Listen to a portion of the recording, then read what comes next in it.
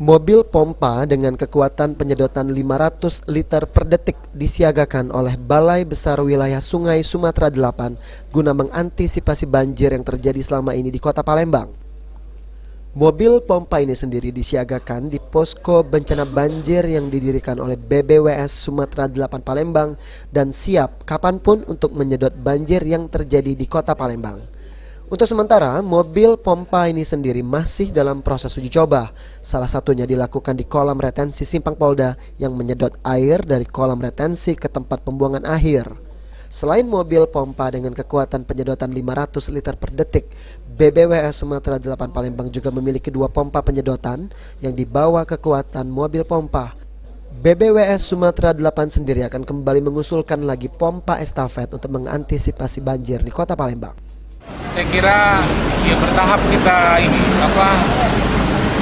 akan juga mengusulkan kepada Pak Wali Kota untuk menaruh pompa-pompa estafet ya, dan kita mohonkan ada pembebasan lahan di pompa-pompa estafet itu untuk kita usulkan ke pemerintah pusat. Sementara itu, Kepala Dinas PUPR Palembang mengungkapkan setidaknya ada 11 titik banjir di Kota Palembang dan idealnya di 11 titik tersebut ada pompa portable untuk dapat mengatasi banjir. Namun dengan adanya bantuan mobil pompa ini diharapkan bisa mengatasi banjir di Palembang. Genangan, salah satunya di Simpang Polda ini. Idealnya di 11 titik itu ada pompa portable yang bisa menyedot air. Kita kan punya, untuk kota sendiri punya 2, kapasitas 200 per detik. Alhamdulillah dari balai ada 3 ya dengan yang baru ya.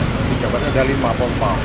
Mudah-mudahan tidak seperti tanggal 25 Desember kemarin. Jadi kalau tergenang di semua 11 titik itu, jadi kalau tergenangnya di titik yang spot-spot bisa kita atasi dengan 5 pompa. Secara total, pompa untuk penyedotan banjir di Kota Palembang ada sebanyak 5 unit, di mana 3 unit milik BBWS Sumatera 8 Palembang dan 2 unit milik pemerintah Kota Palembang. Firman Hidayat, PAL TV.